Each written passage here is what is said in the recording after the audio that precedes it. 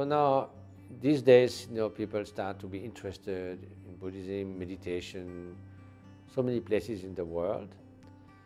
And so there are, of course, ways of teaching that, which are sort of simplified in order to address everyone without risk of going into strange side tracks and not falling in the hands of fake teachers.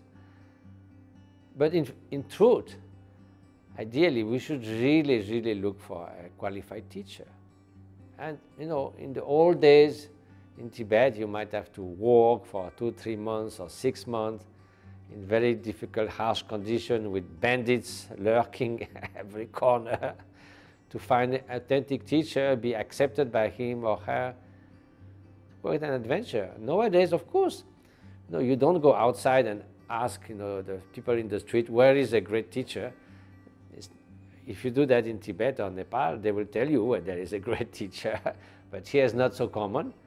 But nevertheless, I mean, there are authentic teachers.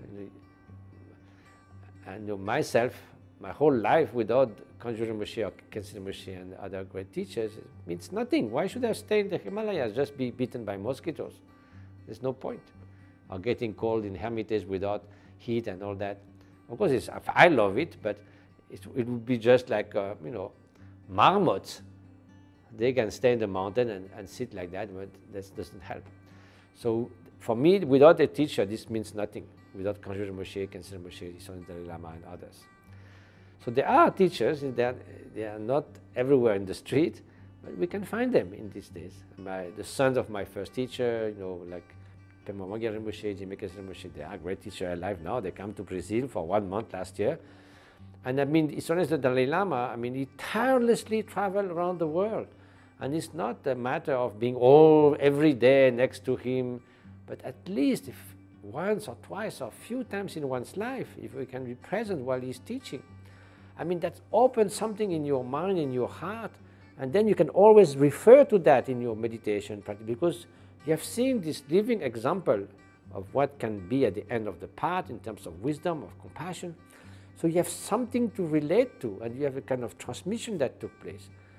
So for me, that it is indispensable. Then now, in daily life, of course, there are people who studied, can be called like spiritual friends. They can help you to clarify some points of the teaching. They might be able to speak, Eastern languages, or at least have got explanation on the text, so they can help, like a friend helping another. But a real teacher is something more rare, yet I think we should endeavor to find.